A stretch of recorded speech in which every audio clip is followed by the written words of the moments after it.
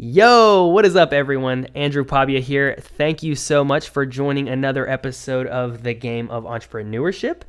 Today, we're going to be talking about breaking the middle class mindset.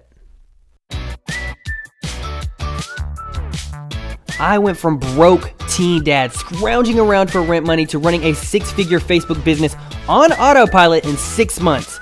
Listen in as I give away all the secrets that got me to six figures, and join me as I uncover and conquer the roadblocks on the road to seven figures. This is Andrew Pabia, and you're listening to the Game of Entrepreneurship podcast.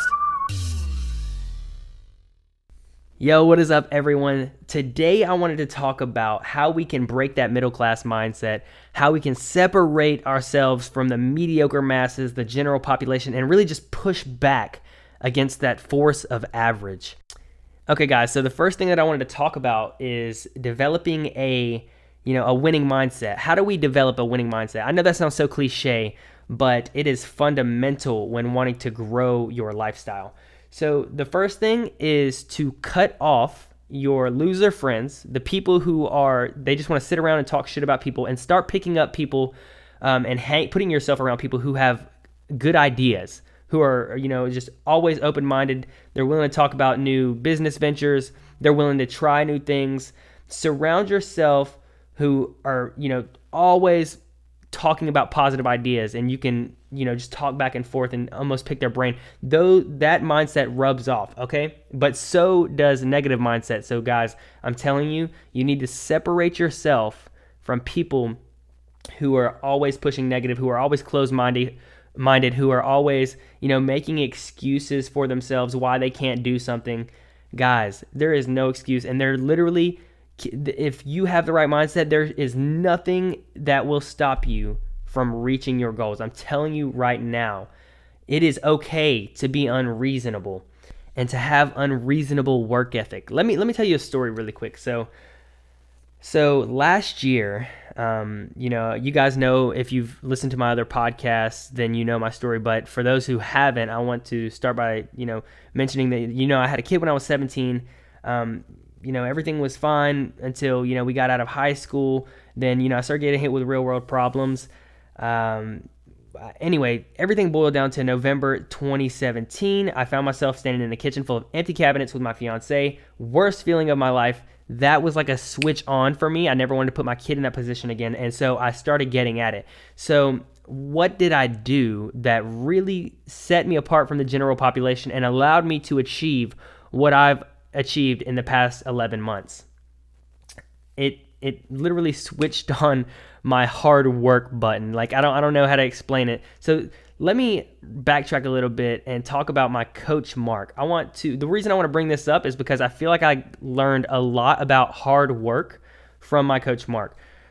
So to let you guys know a little bit about him, so he was a coach that I had while I was playing soccer growing up. Super awesome guy. He owned this business called Dirt Daubers. As a kid, I didn't know much about Coach Mark other than, he owned a lot of land and he had a lot of workers. Well, as I got older, I started looking for side jobs in high school and stuff like that. And I was able to, just be around Coach a little bit more.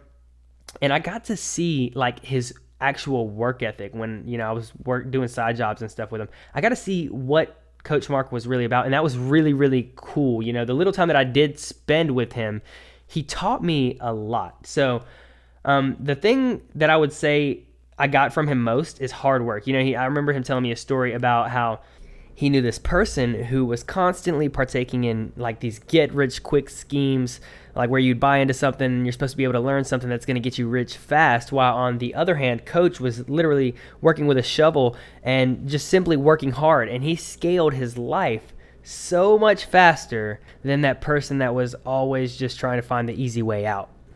And so that is so important. So there's a few stories that I want to talk about Coach that really kind of pre-framed my mind into having a little bit of, working hard sense, I guess I would call it. I don't know. Anyways, so Coach always had this crazy ability to make things happen. And it was weird. I got to see it and play a few times, but I remember him saying to me, if you get a no, or if you get an answer that you don't want, you simply keep going up and if it's management, ask for a supervisor or whatever, and until you get the answer that you want to hear. So, or if you run into a problem, you simply just keep freaking going and you will find a way around it. Okay. And so, like, basically talking about grit. And I'm not sure how many of you guys are familiar with the concept of grit, but grit is, there's actually a book on it by Angela Duckworth. And, these scientists ran these studies on people on what made people the most successful. And it was never the people who scored the highest on the test. The most successful soldiers were never the ones who got the highest on the ASVAB. It was just, they found this thing called grit, and the only way to explain it is like the willingness to just continue to, like, just be persistent. The willingness to just keep on going. That is literally what makes the difference between non-successful people and successful people. Is the successful people, they hit probably 100 times more problems than the people who just stopped on the first problem they ran into. But those people who just kept going are the ones that, ultimately ended up achieving what they wanted to achieve. And that's why you hear a lot of people who have these from rags to riches stories, is because a lot of times what it takes for people to realize that they have to keep going no matter what is they hit the bottom. And that bottom was that night in November for me. But a lot of people really have to be humbled, like, to the core before they actually realize that, okay, this isn't going to happen by chance. This is going to happen by me working my freaking ass off for it. And so that, I'm telling you guys, when you can have that mindset, when you can push against that force of average, realize that it's not going to happen by chance, and just be completely willing to do the freaking work. Guys, like I said before, when I was able to achieve what I was able to achieve in the last 11 months, I was, this whole time I've had my head down. No, don't get me wrong. I'm human. I've had times where I've slacked off, and I believe that everybody does. But I'm definitely not average when it comes to work. You can ask my fiance. Most of the time, I'm either learning, trying to figure out how I can give value to the world, or I'm trying to figure out ways that I can just better myself so I can grow my business faster.